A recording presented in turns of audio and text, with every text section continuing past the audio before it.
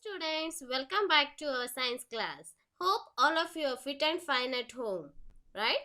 Okay, now we are going to see second part of our heat topic. In our previous class, we have discussed a few points, that is sources of heat and properties of heat, differences between heat and temperature, then measuring temperature by using types of thermometer, that is clinical thermometer and laboratory thermometer. Later we discussed about precautions to be observed while using thermometer. Then we have designed the differences between clinical thermometer and laboratory thermometer. Today we are going to learn few more points. Are you ready? Okay students, today we are going to discuss about heat, right? And we are going to learn few more things from the second part. The objectives of the today's class are transfer of heat. The different modes of transfer of heat means by heat transfers through conduction, convection and by radiation. About this in detail by doing activity we are going to discuss in the today's class. Next, conductors and insulators of heat. Here, some objects are conductors whereas some are insulators of heat. About that, we are going to discuss definitions and examples of conductors and insulators of heat. Then we will discuss about sea breeze and land breeze. Difference between sea breeze and land breeze and their meanings. Kinds of cloth we wear in summer and winter, and the reason why we wear different types of cloth in different seasons. All these things we are going to learn in today's class. Hope all of you are ready for the class. Properties of heat. On gaining, the object becomes hot. On gaining the heat, the object becomes hot. On losing heat, object becomes cold. By losing heat, object becomes cold. Heat gets transferred from hot object to cold objects. For example, when you keep a bowl or tawa on the stove, when you on the stove, the bowl automatically gets heated, right?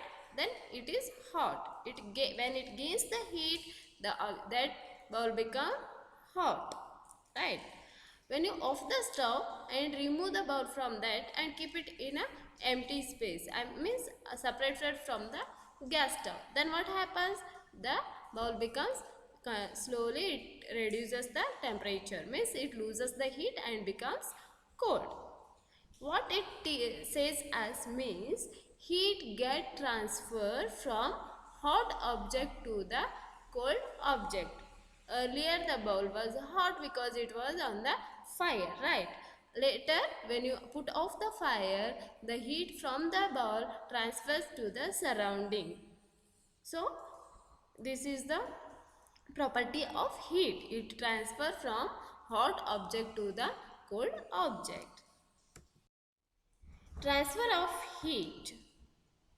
You might have observed that a frying pan becomes hot when kept on a flame. It is because the heat passes from the flame to the utensil. When the pan is removed from the fire, it slowly cools down. Why does it cool down? The heat is transferred from the pan to the surroundings. So you can understand that in both the cases the heat flows from a hotter object to a colder object. In fact, in all cases heat flows from a hotter object to a colder object. How does the heat flow? Let us investigate by doing some more activities. Heat transfers through different modes, right? There are three different ways by which heat transfers. First one is conduction, next is convection, then radiation. You can see the arrow mark indicates the mode of transfer of heat.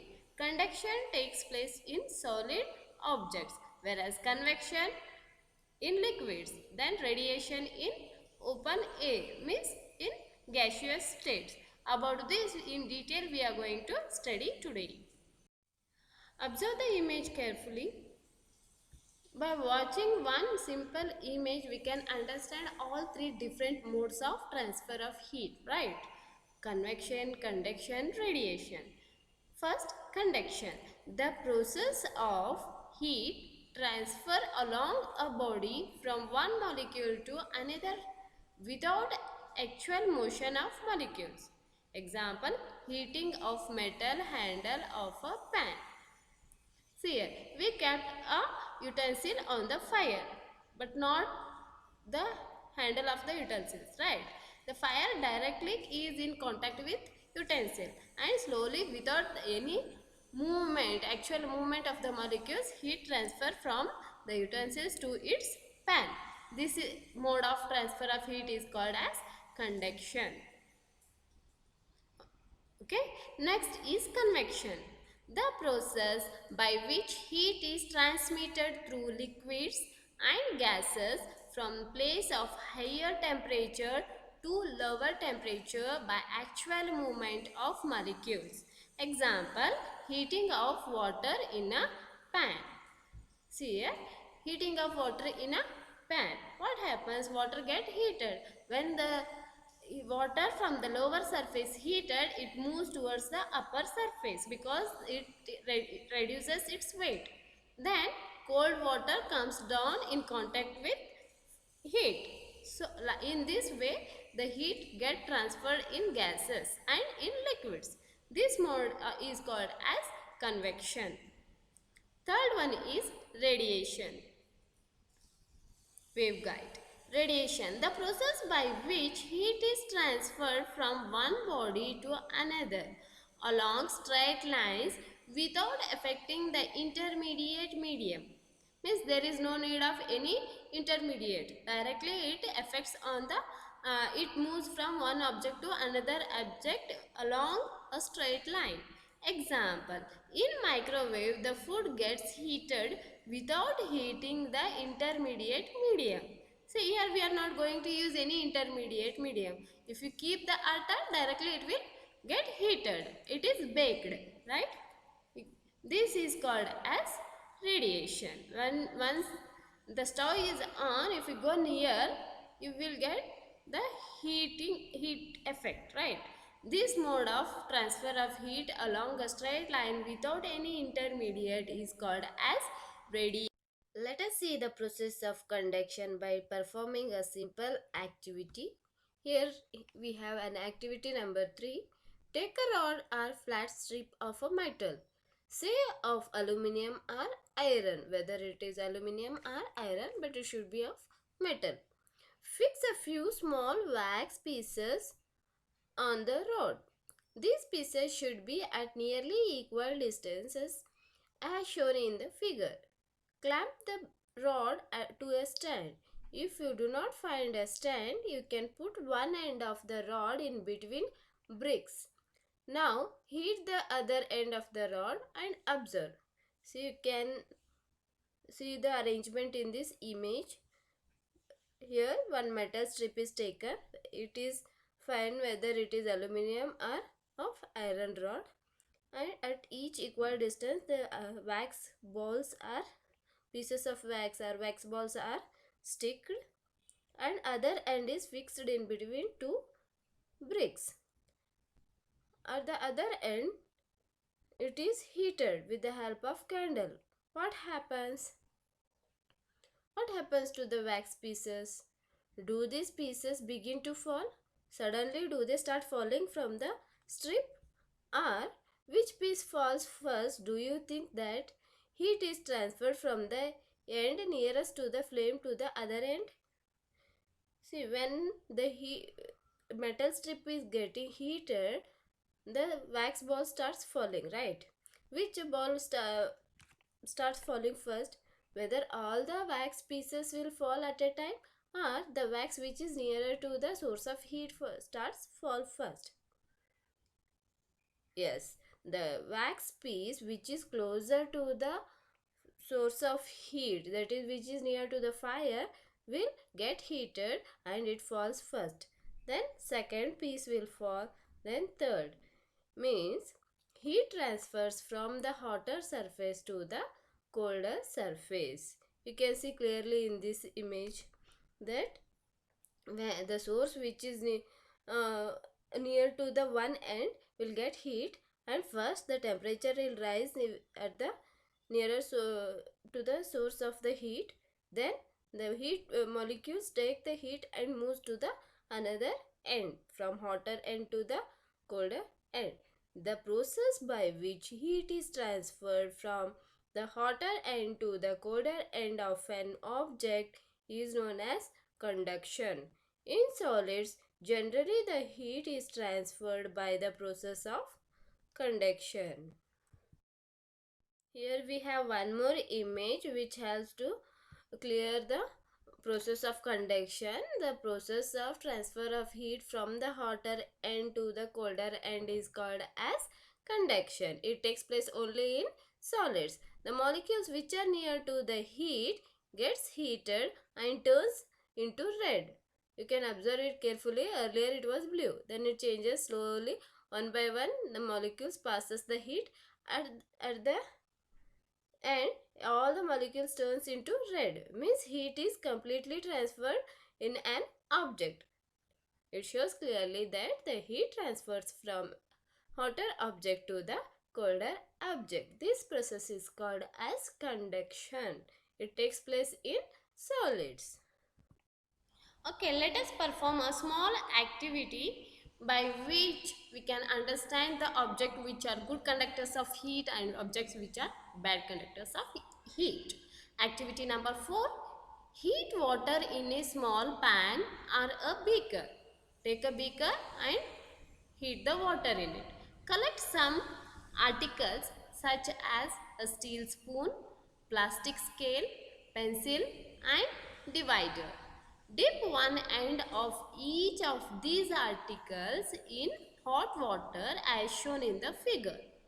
Wait for a few minutes. Touch the other end. Enter your observation in the given table. See a very simple activity you can perform in your home with the help of your elders. Take a beaker, fill the beaker with half water and heat the water. In this you have to keep a scale, plastic scale, then pencil which is made up of wood, then steel spoon and a divider. Okay. Then after few minutes we need to touch at the other end and we have to fill the table. What are the articles used here? Steel spoon, plastic scale and pencil, then divider. All these four things we are using to perform an activity. What happens after few minutes when we kept in hot water? That is the observation which we have to fill in this table. Before that, materials with which the article is made up of. Steel spoon is made up of steel. Steel is a metal. Plastic scale is made up of plastic. Okay. Then pencil is made up of wood. Divider is made up of again steel, which is nothing but a metal. Okay. What happens after few minutes? Does the other end get hot or not? If it gets hot, we have to write yes, and if it doesn't get hot, we have to write no. What happens to the steel spoon? It gets heated. So yes. Plastic transfers the heat from one end to another end? No. Then pencil. Pencil is made up of wood, which also doesn't transfer the heat from one end to the another end. So no is the answer. Last, divider. Divider is made up of metal, in which it transfers from one end to the another end. So I have written yes. If the end of the divider is made up of plastic, then answer is no. Okay. Metal objects which are made up of metals get heated, whereas the objects like plastic and wood doesn't get heated by dipping in a hot water. In our previous activity, we have discussed and understood that the object which are made up of metal gets heated and it transfer heat from one end to the another end, whereas the objects which are made up of wood and plastic, it doesn't show any change. It means it doesn't pass heat from water and from one end to the another end, right? Now we are going to discuss about conductors and insulators. What is the meaning of conductor and insulator along with the examples? First, the materials which allow heat to pass through them easily are conductors of heat. They are called as conductors which allow heat to pass through them. They are called as conductors of heat. Okay. This is the definition of conductors. Let us see the examples. Examples are aluminium, copper, silver. All the metals are good conductors of heat. So, these are the examples of conductors. The material which do not allow heat to pass through them are called as bad conductors of heat or poor conductors of heat. They are also known as insulators. Materials which do not allow heat to pass through them easily or poor conductors of heat are known as insulators. Examples: glass, plastic, ceramic, rubber, paper, fabric, cork, wool, wood. All these are the examples of insulator. These will not get heat immediately and transfer the heat to the next end. These are called as insulators. The water and air are poor conductors of heat. Then, does the heat transfer takes place in this substance? Let us find out by doing some more activities. Transfer of heat by convection. Convection is the another mode of transfer of heat which takes place in liquids and in air. Convection is the process of transfer of heat through the mass motion or flow of some fluid such as air or water. It takes place in liquids or in air. When a pot of water is heated, convection currents are set up as the heated water at the bottom of the pot rises because of its reduced density and it replaced by cooler water from the above. Here, when the pot is kept here, the water which is near to the fire get heated. The density of the heated water reduces. So it moves towards upside. Whereas the cold water which has very heavy density comes down so that it gets heated.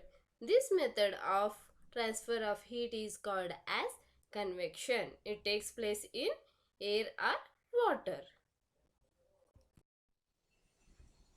This is the next activity in which we are going to check whether the heat transfers in liquid and by which method heat is going to transfer. Activity number 5. Take a round flask, fill it 2/3 with water, place it on a tripod or make some arrangement to place the flask in such a way that you can heat it by placing a candle below it. Wait till the water in flask is still. Place a crystal of potassium permanganate at the bottom of the flask gently using a straw. Now heat the water by placing the candle just below the crystal. When water is heated, the water near the flame gets hot. Hot water rises up. The cold water from the sides moves down towards the surface of the heat. This water also gets hot and rises, and water from the sides moves down. This process continues till the whole water gets heated. This mode of transfer of heat is known as convection. See here, we need to take a round bottom flask and 1/3 of it is filled with water. Okay, then you can see clearly in the image. By using the candle, we have to start heating the water. After few minutes, put potassium permanganate at the center of the round bottom flask, by which it gets heat immediately. What happens? It gets heated, right? Then the water molecule which are near to the fire get heated and it moves upwards. You can see the arrow mark. And the water which is at the top, which is cold, that molecules comes down towards the fire, because when the water is heated it becomes light in weight, and the heavier molecules means cold water from the side it comes down to get heated. Until all the molecules get heated, whole water get heated, it repeats the same. This method of getting heat is called as convection. The process in which water get heated is called as convection. You can see clearly in the image. The arrow mark indicates that the cold water comes in contact with fire. Then when it becomes hot, it rises up. This process is called. How does the heat travels in air? How does the heat travels in air? In which direction does the smoke go? The air near the heat source gets hot and rises. The air from the sides come in to take its place. In this way, the air gets heated. The following activity confirms this idea. See here, what happens? Air which is near to the source get heated. It gets hot. Then the density of the air will reduce. It moves away from the source of heat, whereas the air from the sides come into the place of the near to the source. By this way, the air gets heated. Here we are going to perform one more activity, that is activity number 6. Light a candle. Keep one hand above the flame and one hand on the side of the flame as shown in the figure. We need only one candle to perform this activity. We need to light a candle and one hand we have to keep exactly above the candle, another one beside the candle as shown in the diagram. We need to arrange. Do your hands feel equally hot? If not, which hand feels hotter and why? Do both the hands get same heat after few minutes? No, right? The hand which is exactly above the source of heat gets more hot, whereas the side hand gets less hotter compared to the hand which is directly above the source of heat. What do we learn? Notice that towards the up the air gets heated by convection. Therefore, the hand above the flame feels hot. On the sides, however, there is no convection and air does not feel as hot as the top. When this air gets heated, it reduces the density and it moves away, whereas the air from the sides come into to take its place and gets heated. This is the simple activity which proves that air get heated by the convection method. Radiation. Radiation, in this, heat transferred by the flow of electromagnetic radiation like heat felt from the campfire. During campfire, you can feel that heat at the center. You are going to burn the object and the heat transfers at the surrounding by radiation, electromagnetic radiations. Radiation is the only type of heat transfer that can happen in vacuum. Heat transfer through waves. In vacuum, heat transfers through waves by electromagnetic radiation. When we come out in the sun, we feel warm. How does the heat from the sun reaches us? It cannot reach us by conduction or convection, as there is no medium such as air in the most part of the space between the earth and the sun.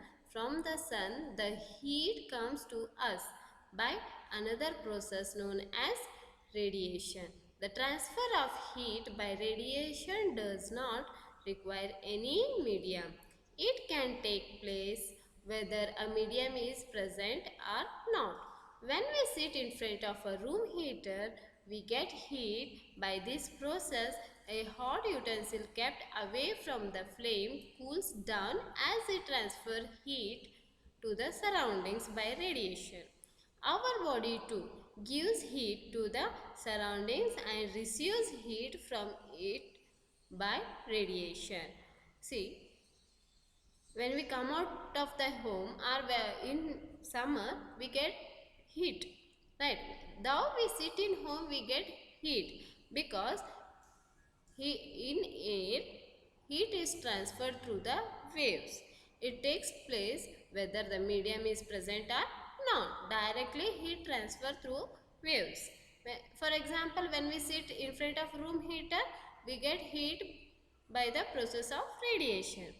And one more example for radiation is when the utensils is kept on the hot fire, means when it is hot, it the flames cools down, means when it is kept away from the hotter object or from the stove, it slowly cools down by transferring heat from itself to the surrounding by the method of radiation. Here there is no intermediate. Okay, this method is called as radiation. It takes place in vacuum. The people who live in coastal areas experience an interesting phenomena. During the day, the land gets heated faster than the water because directly sun rays are falling on the land. So it gets heated faster than the water. The air over the land becomes hotter and rises up. The cooler air from the sea rushes in towards the land to take its place. The warm air from the land moves towards the sea to complete the cycle. The air from the sea is called as sea breeze. You can see in the image clearly, you can understand that when the air on the earth get heated faster, it becomes very light in weight. It has less density, so it moves towards the sea. And the cold air from the sea moves towards the land. The cooler air from the sea rushes in towards the land to take the hot air place. This warm air from the land moves towards the sea to complete the cycle. From sea, cold air moves towards the land and hot air from the land moves towards the sea. This breeze coming from the sea is called as sea breeze. Now we can say about land breeze. To replace the cooler sea breeze, the wind from the houses in coastal areas are made to face the sea. At night, it exactly the reverse. The water cools down more slowly than the land. So, the cool air from the land moves towards the sea. This is called land breeze. What happens? At the night, the water has high temperature and it takes more time to cool down the water. That's why the water cool downs way more slowly than the land. So the cool air from the land moves towards the sea. You can see the direction of arrow mark. The cool air from the land moves towards the sea. Then from sea the hot air rises up to move towards the land. This method is known as land breeze. In land breeze, what happens? It takes place at the night time. Cold air moves towards the sea, whereas the hot air rises up and moves towards the land. Let us see the differences between sea breeze and land breeze. Sea breeze, it takes at daytime, whereas land breeze occurs at night time. Cool air moves from sea to land. Here what happens? Cool air moves from sea to land. This blue color arrow mark indicates that cool air moves from sea to land. Warm air from land rises up. It rises up from the land. Number 2, you can see this. Warm air from the land rises up. The warm air takes place of cool air at high atmosphere. Then cool air is pushed down towards the sea. What happens? This warm air moves towards the sea and cool air pushed down towards the sea. This takes place in sea breeze, whereas in land breeze, cool air moves from the land to the sea. Cool air from the land, it moves towards the sea, completely opposite direction of the sea breeze. Warm air from the sea rises up. Here warm air rises up. It takes place at night. That's why the water is warm at the sea. It rises up and warm air takes place of cool air at high atmosphere. At the atmosphere, it takes place of cool air. Then this cool air is pushed down towards the land. Completely opposite cycle of the sea breeze is land breeze, which takes place at the night. Let us see kinds of cloth we wear during summer and winter. You know that in summer we prefer light colored clothes and in winter we usually wear dark colored clothes. Why is it so? Let us find out by doing this activity. This is activity number 7. Okay, for this you need two identical tins or two cans. Paint the outer surface of one black and of the other white. Pour equal amount of water in each and level them into the midday sun for about an hour. Measure the temperature of water in both the cans. Do you find any differences in the temperatures? In which can is water warmer? You can feel the difference even by touching water into two cans. Here we need only two equal sized tins. Okay, outer surface of one tin has to be painted in black, whereas the other one white. For both the tins, we need to put equal amount of water and leave it them in the midday sun at exact 12 to 2 o'clock. Up to 2-3 hours you keep it in sun to get easy result. Okay, measure the temperature of water in both the cans. If you have thermometer, you can measure. If not, by touching only you can feel. Do you find any differences in temperature? Yes. In which can is the water warmer?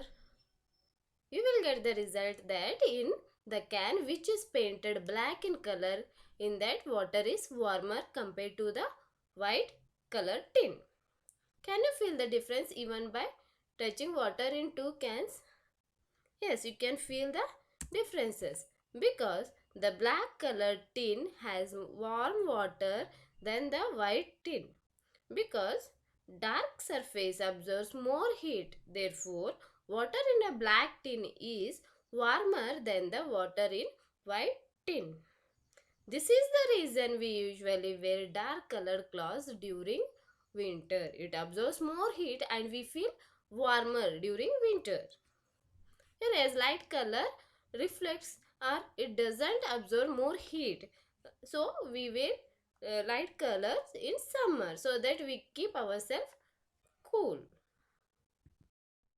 Dark surface absorb more heat and therefore we feel comfortable with dark colored clothes in winter. Light colored cloths reflect most of the heat falls on them and therefore we feel more comfortable wearing them in summer. That's why we usually wear all these light colored cloths, especially made up of cotton, during winter, because It doesn't absorb any heat. It reflects most of the heat falls on them and keeps our body cold. So we prefer to wear light color clothes during summer. Woolen clothes keep us warm in winter. In winter we use woolen clothes. Wool is a poor conductor of heat. Moreover, there is air trapped in between the wool fibers. This air prevents the flow of heat from our body to cold surroundings. So, we feel warm. The reason why we wear woolen cloth means it keeps us warm during cold. That's why we wear scarf, shawl, socks, gloves, caps, all this, right? During winter. Because the woolen fiber prevents the flow of heat from our body. It traps the air between themselves and it prevents the flow of heat from our body to the surrounding and makes us to feel very warm. That's why we prefer woolen clothes during winter. Suppose if you are given the choice in winter of using either one thick blanket or two thin blankets joined together, what would you choose and why? Remember that there would be a layer of air in between the blankets. Which one would you like to wear? A thick blanket or two thin blankets joined together? Which would you like to use during winter to keep warm yourself? Yes, you need to use two thin blankets joined together because they form a two different layers and air is trapped between two different blankets and keep us warm. That is why it is better to choose two thin blankets joined together. That's why the layer of the air in between the blankets is trapped and keep us warm. Okay. This is all about the today's topic. Let us summarize the topic by seeing the points what we have learnt in this topic. First, our sense of touch is not always a reliable guide to the degree of hotness of object. Temperature is a measure of degree of hotness of an object. Thermometer is a device used for measuring temperature. Then, clinical thermometer is used to measure our body temperature. We use clinical thermometer. The range of this thermometer is from 35 degrees Celsius to 42 degrees Celsius. For the other purpose, we use the laboratory thermometers. The range of these thermometers is usually from minus 10 degrees Celsius to 110 degrees Celsius. The normal temperature of the human body is 37 degrees Celsius. The flow of heat from a body at higher temperature to a body at lower temperature, there are three ways in which heat can flow from one object to the another object. These are conduction, convection and radiation. In solids, generally the heat is transferred by conduction. In liquids and gases, the heat is transferred by convection. No medium is required for transfer of heat by radiation. About these three, we have learned by doing small activities, right? Okay. Next, the materials which allow heat to pass through them easily are called conductors of heat.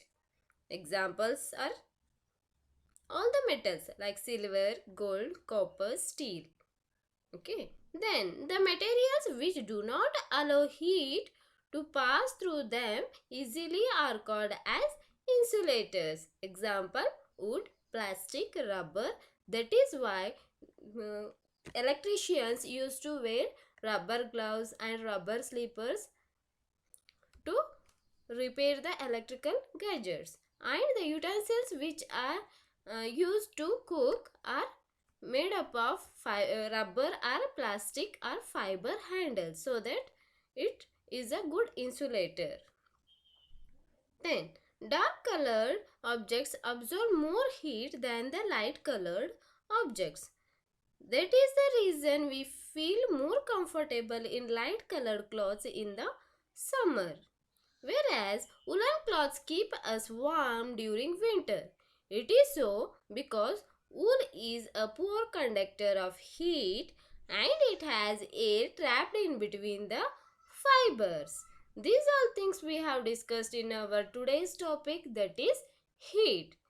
I hope you enjoyed and understood the topic. Bye students, take care.